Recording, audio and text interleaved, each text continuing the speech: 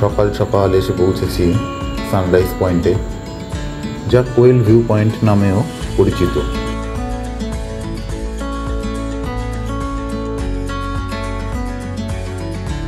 পাশেই রয়েছে পাইনের জঙ্গল। এ এক মনোমুগ্ধকর পরিবেশ।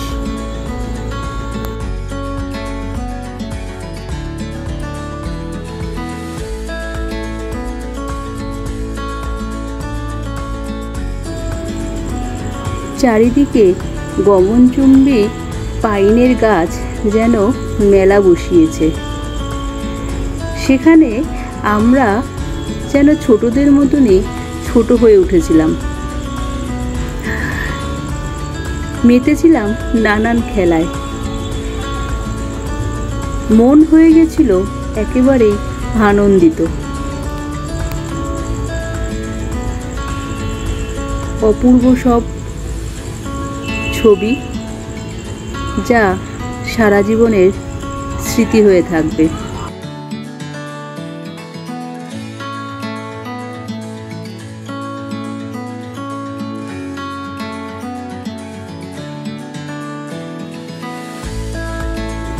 এবারে এসে পড়েছি স্যালে হাউসে।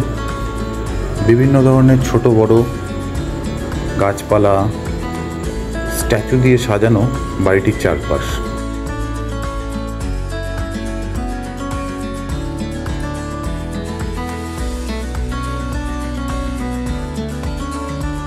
চলো বাড়ির ভিতরে যাওয়া যাক।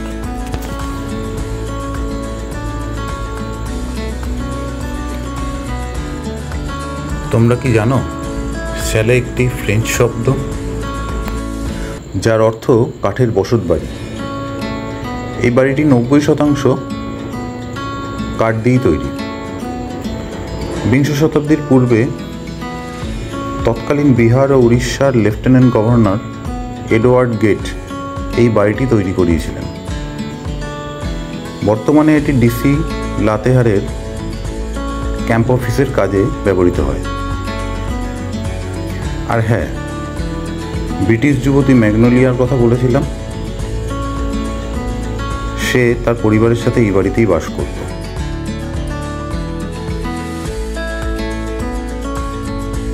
ওই সময়কার ব্যবহৃত সব জিনিসপত্র এখানে যত্ন সহকারে সংরক্ষিত করে রাখা হয়েছে।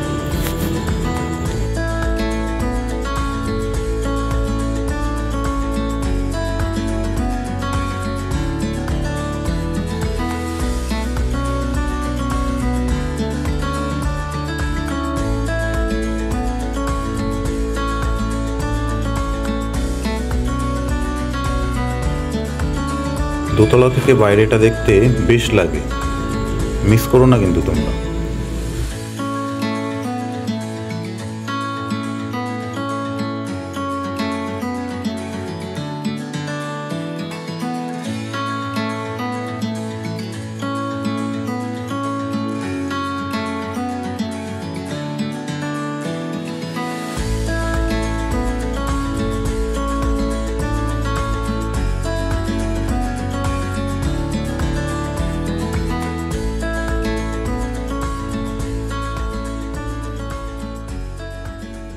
স্যালে হাউসকে বিদায় জানিয়ে এবার আমরা চলেছি আপার ঘাগরির দিকে।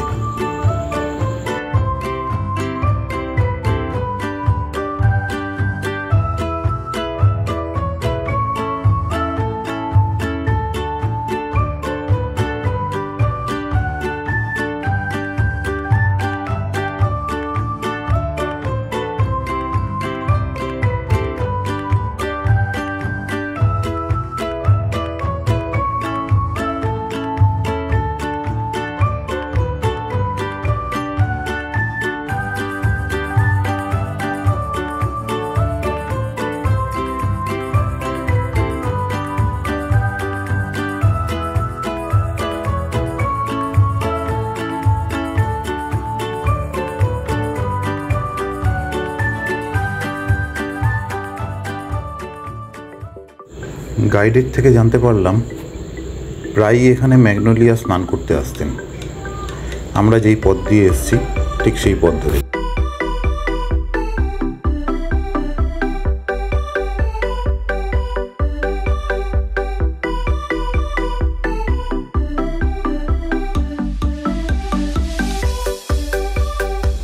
বাচ্চারা নিজেদের সাথে সাথে আমাদেরও অনেক এন্টারটেন করবে।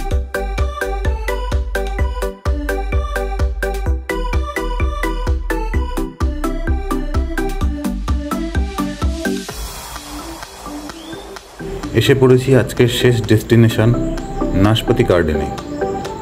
নাশপাতি এখনও পরিপক্ক হওয়ার সময় হয়নি, তাই খালি হাতেই ফিরতে হলো। খুব শিগগিরই ফিরবো পার্ট 3 নিয়ে। ততদিন সবাই সুস্থ থেকো পরিবারের সাথে।